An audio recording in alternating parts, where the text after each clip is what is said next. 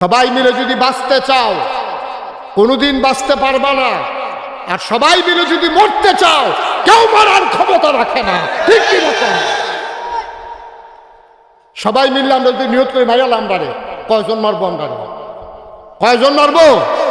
আমরা যে সবাই খালি বাঁচতাম চাই, যার যার বাঁচা, এর লিগে আমরা কেউ বাঁচতাম পারি না। নাহলে ইরাকের মুসলমানদের উপর আক্রমণ হয়েছিল, তখন আমরা কইছিলাম, যখন ওই আফগানিস্তানে কচুকাটা করলো মানুষটিরে, তখন আমরা কইছিলাম, যখন ওই আরাকানের মুসলমানগুলো নদী পার হয়ে আসছে, আমরা তখন প্রতিবাদ, শক্ত প্রতিবাদ করতে পারি নাই। ইন্ডিয়ার মানুষগুলো আমাদের উপর সবসময় নির্যাতন করেছে, আমাদের সাথে প্রতিসুলভমূলক, প্রতিবেশী সুলভ আচরণ করে নাই। এটা নিয়ে সবসময় আমরা রুফরে আমরা ওই বসুইরা কামলার মতো মনে করছে আমরা যে একটা স্বাধীন দেশের স্বাধীন নাগরিক, এটা নিয়ে এটা বুঝতে হয়ে চাইছে না। এই এখন আইয়া সেইরা আমরা যখন চোখ তুললে কথা কোয়া শিক্ষা লাইছি, আমরা রিনুসে যদি গাইছি তো তোমরা এটা শুরু করছো গে রে, তোমরা আপনার লোক এইটা করবো, তাই আমরা কি বইয়া থাম, তোমরা হেগুলতে 7 সিস্টার স্যাক্রিফাইস আমরা বাড়ির গাড়াতেই তোমরা সবসময় ফিরতে যাবে, তো তোমরা গাড়ি ফিরতে গিয়ে আমরা যখন গিয়ে বইয়া থাম তখন কি তা করবা? আমরা বাড়ির গাড়াতাইয়া তোমরা মুরাদনগর যাই দিকে মারবা, তো মুরাদনগরের তারা যখন হল যাইবা তখন কহেন দিয়ে যাবে, কথাটা এইরকম আর কি। তোমরা ইন্ডিয়ার তারা আমরা খালি ছুটির দেশ পাইয়া তোমরা মন মতো খালি 2 দিন ফটো ফাতলা ফাতলা করে ফিটা দিবা, তো তোমরা যখন আবার হেঁটে যাবে তখন আমরা যে রিটা আমরা স্টার্ট হেঁটে কিতা করবা? এই কথাগুলো বলার ছিল। আমরা সবাই আলগা আলগা বাঁচতাম চাইছি, আলগা আলগা বাঁচতে চাইলে বাঁচন যায় না, আর একখানো মিল্লা মরতে চাইলে কেউ মরা যায় না, সবাই ঠিকভাবে বাঁচতে পারে, ঠিক কিনা? যেই কথাটা বলতেছিলাম, এই সময় আমাদের কি করণীয়?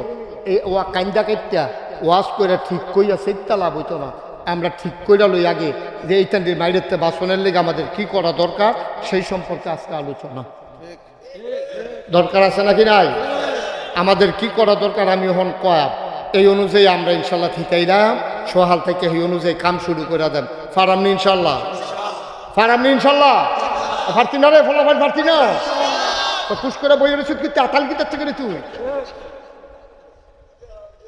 সিফা দিয়া বইয়া রয়েছে, ওই যে মোবাইলে এমনি ধরে রাখতে থাকতে অভ্যাস হয়েছে, আতার রূপে ফেলবো না তো ইনশাল্লাহ কইছে আতাল গি দিয়ে লাগতে ইনশাল্লাহ। আবার আতাল গিতে তুই ফইলে কইরা দিব না, তে আতাল গি ক ইনশাল্লাহ ক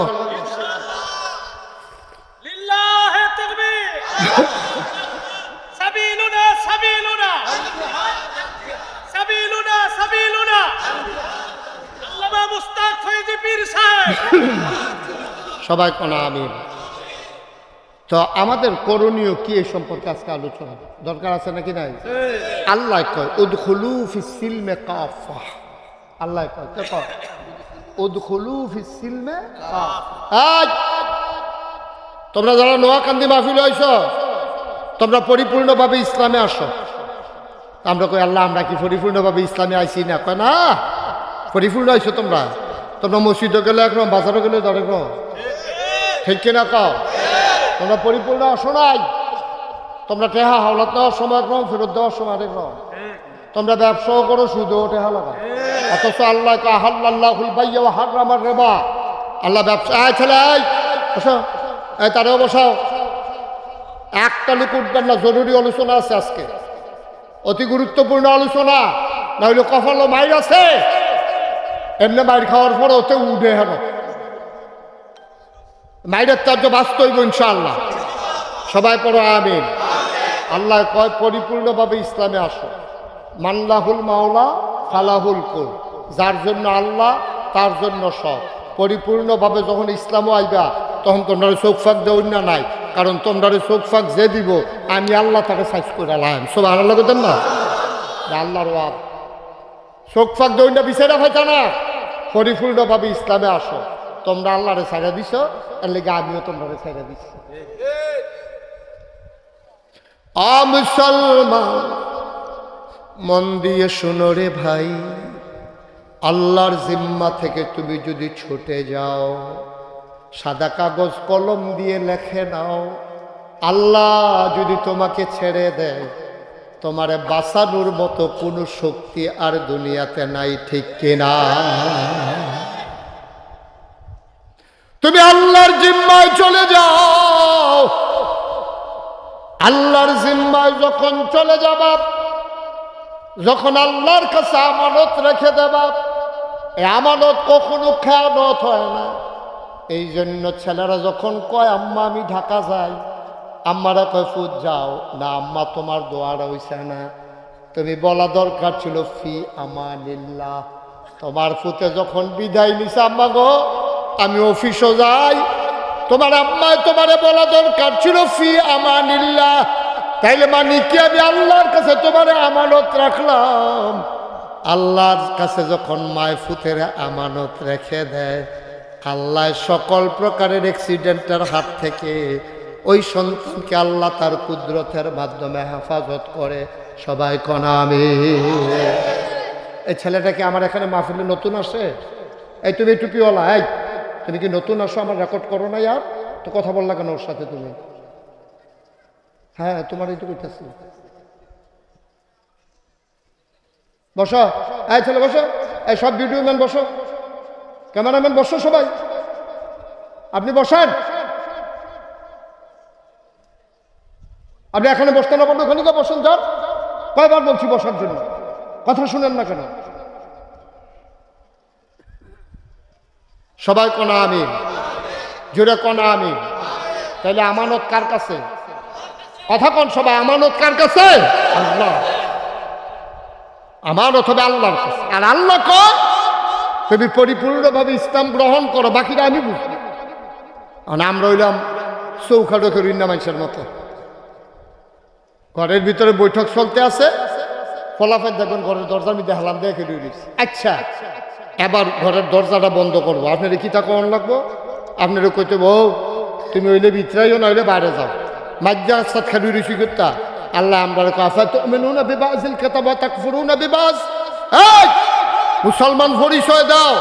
তোমরা কি কিছু অংশ মানো, কিছু অংশ মানো না? তোমরা একটু ওখানে ওখানে ঋষি করে হইলে ঘরের ভিতরাইও না হইলে বাইরে যাও। পরিপূর্ণভাবে ইসলামের ভিতরে প্রবেশ করো। এরপরে এটা হলো আল্লাহর হুকুম। সুবহানাল্লাহ বলবেন না? আমরা নামাজের সময় আল্লাহরে মানি, নামাজের তে বাড়ি আর আল্লাহ মানি না, ঠিক কিনা কম?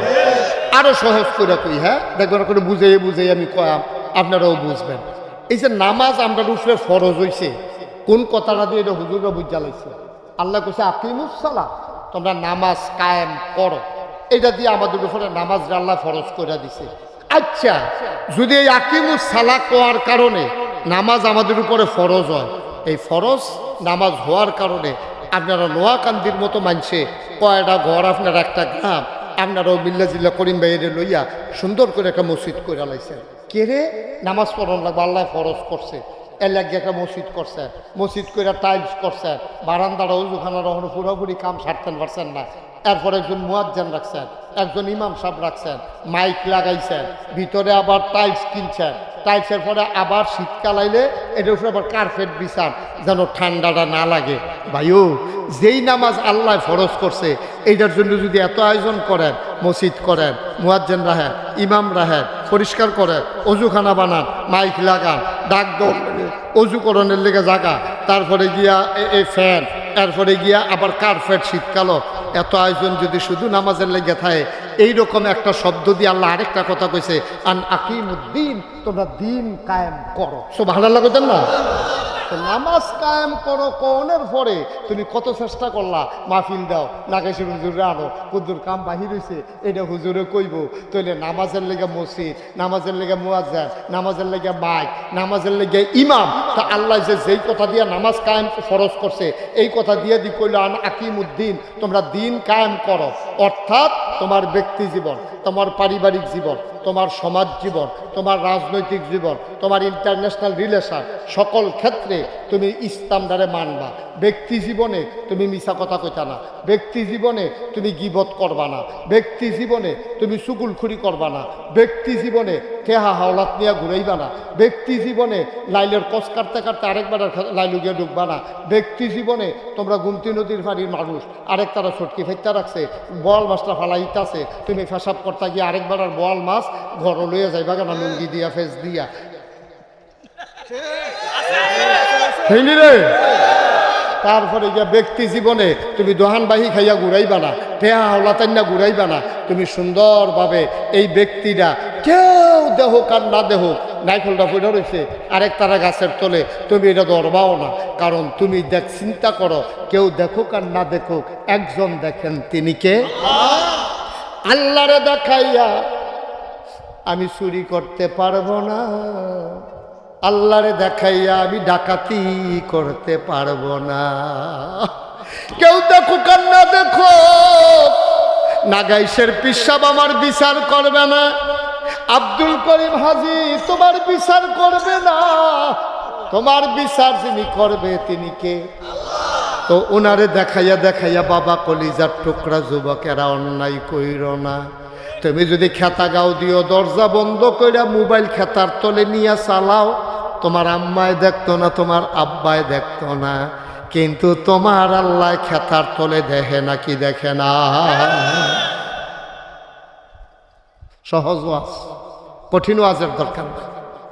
পারিবারিক জীবনে তুমি হবাই পরিবারের আদর্শ নাগরিক। তুমি যদি স্বামী হও, স্ত্রীর প্রতি তুমি জুলুম করবা না, স্ত্রীর সাথে তুমি অন্যায় আচরণ করতে পারো না। তুমি বেড়াইত দেখতে বেরিয়েছে দূরে দূরে মারবা, তোমার আল্লাহ বেড়াইত বানাইছে, হে বেরিয়ে বেরিয়াইত বানাইছে। তোমারে যদি আল্লাহ চিন্তা করতো বেরিয়াইত বানাইব, আল্লাহর এই ক্ষমতা আছে, তাইলে তুমি কেন নাদানিটা করতে আসো? তুমি বিয়া করছো দেখা বউ কন্যাইবা, হেবিডি বিয়া বইছে দেখা খালি মাইর খাইব। দুইটার একটাও ঠিক না আব্বা। এমন একটা ঘটনা উমরের জমানায় ঘটছে, ওই আলাইতাম নি। উমরের জমানায় এক বেডিয়ে, এখানে তো বললাম বেড়াইতে বেরিয়েতে মারে, অনেক বেরিয়েতে আছে জামাইয়ের উপর অত্যাচার করে, করেনিও, কিন্তু বেড়াইতে তোর কাছে কইতেও পারে না। সব অনেক বেড়াইতেছে, বেরিয়েতে ধরে মারে, বেড়াইয়ে ইজ্জতের ডরে বেড়াইতে কি বেরিয়েতে ধরনের আগে আমাকে কইয়াছিলেন জেলা, আর বেড়াই থেকে এই কাজটা করতে পারে, আমাকে তাই আমার বাইরালা, এই তো কোন যা তো বেরিয়ে না করবে বলে, তুই বেড়া না বেরি রে, তুই তোর বউ তোরে মারে আবার সিলেন দিয়ে হনাইতে আসত। তো ইজ্জতের ডরে কনি খাইয়া ধুম ধরে বইয়া রয়েছে, কান্দা আইয়া পড়তো চায়, তো ঠুট কামড় দিয়ে বইয়া রয়েছে যেন আওয়াজটা বাইরে না। আসেনি রে এই কারবা। আমার কাছে অনেক খবর টবর আইয়ে তো, অনেক বেড়াইতের উপরে বেরিয়েতে অত্যাচার করে, এইরকমও আছে। তো হজরত উমর রাদিয়াল্লাহু তাআলা আনহুর জমানায় এক বেড়ি জামাইর লোকে খুব গরম ব্যবহার করে। তো বেড়া একদিন চেষ্টা করছে, তুমি জামার লোকে এটা করো, আমি কিন্তু উমরের কাছে বিচার দিয়ালা, না করছে কেডা দিবে না বিচার। তো বেড়ায় কই আলোচ না গিয়েও পারে না, বেড়ায় করছে কিন্তু আটতে আটতে উমরের বাড়ির দিকে গেছে, গিয়া দেহে ঘরের ভিতরে একটা তুফান চলতে আছে। উমরের ঘরে আরো সাংঘাতিক তুফান। দাঁড়া মনে মনে কয় মাশাল্লাহ আমরা একটা ভালো আছি কইয়া আড়া শুরু করছে। ফির আইতো লইছে করে উমরে আবার ঘরতে পারি দেখে ডাক দিছ, এদিকে কিরা কই আসলা? আসলাম তো আপনার কাছে। জায়গাও গেলে না সারছে, কই কি সারছে? কেন সারছে তো আর কি সারছে, করে কি তার সারছে কইতে পারো? কয় না আইসতাম একটা কথা জানাইতাম, আইয়া দিহি আমরা আপনার হাতে আরো ভালো, আমরা করে হুদা আগুন, আপনার করে দাউ দেওয়া আগুন। কয় কিতা করছে? কয় ইয়া আমি আসতাম আমার বউয়ের ব্যাপারে বিচার দিতা, আইয়া দি দেখি আপনারা করে কেয়ামত যাইতে আছে, এর লেগে ফিরাছে গিতাছে আর বিচার দাম কখনো। আচ্ছা ডাক যখন দিচ্ছেন ফিরে একটা কথা জিগাই, ওমর সুবহানাল্লাহ না কেন? ওমর আপনার যে আপনার বউ এরকম করে, আপনার সেতুরে না, আমরা দি সেতুরটা জিগায়, হাইরো তোমার ডাক দেখো আমারও সেতুরে, কত কিছু করেন না। কয় সেতু উঠলে একটা কথা মনে করি। কয় কোন কথাটা? কয় মনে মনে চিন্তা করি, এই বেডিটার একটা আব্বা ছিল, মা ছিল, এই মহিলাটার ভাই বোন আছিল, ঘুমানের লেগে একটা বালিশ আছিল, থাকার জন্য একটা বিছানা আছিল। যেই মাত্র আমি উমরে কইছে বিসমিল্লাহ কবুল, এই কবুল করার কারণে বেডিডায় মা ছাড়ছে, বাপ ছাড়ছে। খেয়াল করে, এই কবুল আমার সাথে বলার কারণে আমি আব্বা আম্মা ছাড়ন লাগছে না, কিন্তু এই মেয়েটা আব্বা আম্মার কাছে থাকতে পারে না, আমার সাথে চলে আসা লাগছে। আসার সময় বাড়িটা ছাড়ছে, ঘরটা ছাড়ছে, আব্বা ছাড়ছে, আম্মা ছাড়ছে, ছোট বড় ভাই বোন ছাড়ছে, বান্ধবীরারে ছাড়ছে, যেই বালিশটাত মাথা রাখা ঘুমাইতো এই বালিশটাও তো বাইত রাখাইছে। এই বিডিতে আমার লাইগা সব স্বার্থ ফাললো, নাইলে কুদুর স্যাত দেহায় আর কি। আমি আর লাইগা স্যাতরারে হজম কইরা আমি মায়া শিক্ষা লাইছি। এই বিড়ি যদি আমার লাইগা এত তার স্বার্থ পারে, আমি বুঝি কুদুর স্যাতরা ছাড়তাম পারি না। এবারে সব ছাড়ছে, আমি স্যাতরায় না ছাড়ছি। এই চিন্তা কইরা আমি সুন্দর কইরা চলতে আছি।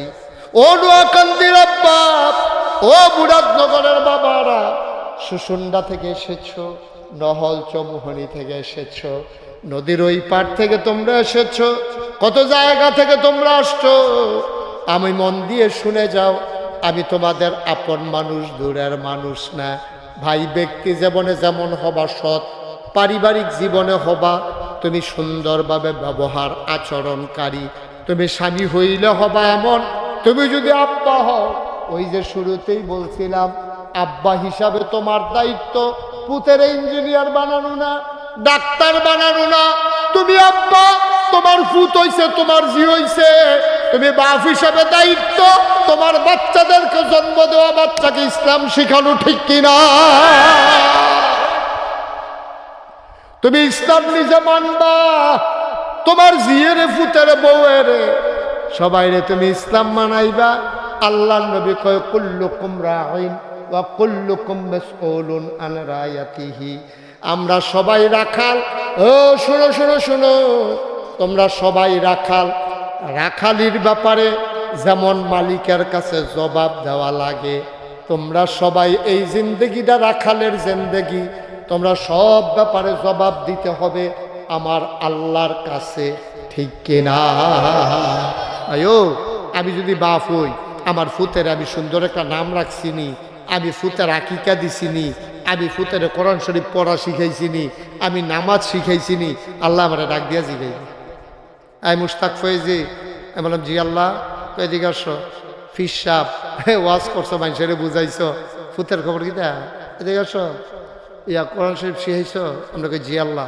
নামাজ পড়াইছো লোকে কইরা? আমি বলবো জি আল্লাহ। যদি নামাজ না পড়াইতাই আল্লাহ তারে ডাক দিব, করে মুস্তাক ফয়েজের ফুৎকার খাও, তো এটা লিখে রেখে আমরা আব্বা, আমরা আব্বা আমরা। তো এদিকে আসো, এই তুমি দেখি আমল নামা দেখবো, আমার ফুতের নামাজ নাইতে নাক ডেকে ঘুমাইতে আছে, আমি মসজিদে যাইতে আছি। তা আমার ডাক দিয়া কইব কি তুমি কই যাও? তো আমি কই আল্লাহ মসজিদে আজান দিছে, যাওয়ান লাগতো না, মসজিদে যে কোথায় কো? আমি আল্লাহ তারে তো ডাক দিছি না। করছো কইতা? তুমি দি সারা জীবন মানুষের বুঝাইলা, নিজের ফুতের দি ডাক দিলা না, কি করলা তুমি? এইটা জবাব দাও। আমি আটকা পড়ে যাব আব্বা, সেই দিন জবাব থাকবে না, ঠিক কিনা? তো আমি মুশতাক ফয়েজের যদি জবাব দেওয়ার লাগে, হাজী আব্দুল করিম ভাইয়ের জবাব দেওয়ার লাগবো নি, ইকরামুল হক মুরাদির জবাব দেওয়ার লাগবো নি, এই হুজুরের লাগবো নি, আমার কথা কয় না লাগবো নি, সবাই জবাব দেওয়া। আপনার যে বাপ হয়েছে আপনার জবাব দেওয়া লাগবে ফুতের ব্যাপারে। আপনার ফুত কয়জন? 2 জন। এখানে 5 ওয়াক্ত নামাজ পড়েনি।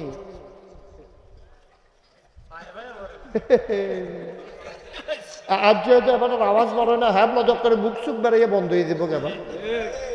আব্বা কি রঙের ঘরে দৌড়াইতে আছে, ফুতে পাঞ্জাবি কিনা দেয়, আব্বা গরমের ভিতরে ফাতা পাঞ্জাবি টাকাও দিয়ে আরাম পাইবেন না, টুপি কিনা দিছে, বাতাসটা যেন মাথার গরমটা যেন ফাঁহে দিয়ে বাড়ি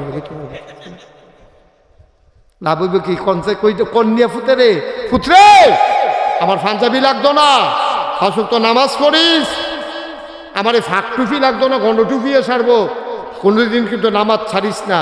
বউরেও কইস নামাজ পড়তো, না হইলে তোর টেহা করলাম আমার ফ্যাটও যাইতো না, কাম লাগলে ফ্যাট মাটির লাগাইয়া থাম, কাম লাগলে মাটি খাম তোর মারে লইয়া, তোর এই হালাল হারাম কামাই খাইতাম না। এরকম যদি সবজি বাপে আমরা কইতাম পারতাম, আমরা যারা বাপ হইছি সবজি বাপে যদি কইতাম পারতাম, ফুতাইতে আর বাংলাদেশও সুদ ঘুষ খাইল না, ঠিক কিনা?